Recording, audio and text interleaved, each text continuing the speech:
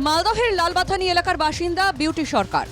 বাবা চাষের কাজ করেন, বিউটি স্বপ্ন দেখতেন নার্স হওয়ার, কিন্তু কোথায় কি প্রতারকদের ফাঁদে পড়ে সর্বস্ব খোয়ালেন বিউটি। সরকারি নার্সিং কলেজে ভর্তির টোপ দেখিয়ে 1,82,000 টাকা হাতিয়ে নেওয়ার অভিযোগ প্রতারকদের বিরুদ্ধে। 1,82,000। 1,82,000 দিয়ে দিয়েছো? হ্যাঁ। এখনো পর্যন্ত কোনো টাকা কি ঘুরিয়ে পেয়েছো? হ্যাঁ, 2,000 টাকা মাত্র দিয়েছিল একবার। বলেছিল যে পাঠিয়ে দিচ্ছি, ও শুধু ওইটাই দিয়েছে, তারপর আর পাঠায়নি। কবে বুঝতে পারলে যে তোমার সঙ্গে এইভাবে চক্রান্ত চলছে?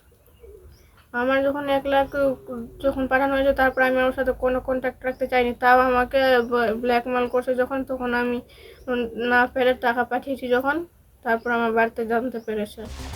নার্সিং কোর্সে ভর্তির জন্য জিএনএম ও এএনএম পরীক্ষায় বসেন বিউটি, তবে সে সময় উত্তীর্ণ হতে পারেননি তিনি। তার এক বন্ধু গোপাল ঘোষ নামে এক শিক্ষকের সঙ্গে যোগাযোগ করতে বলেন।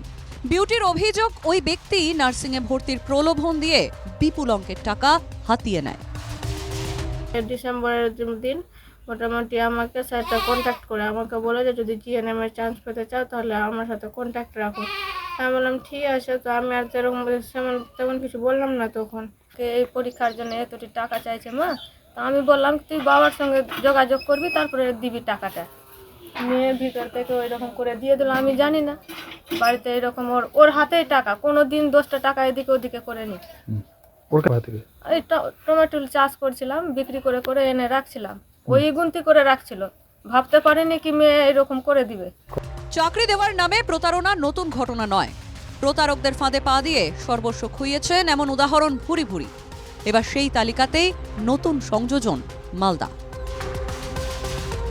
মালদা থেকে সুমিত ঘোষের রিপোর্ট, এনকেটিভি বাংলা।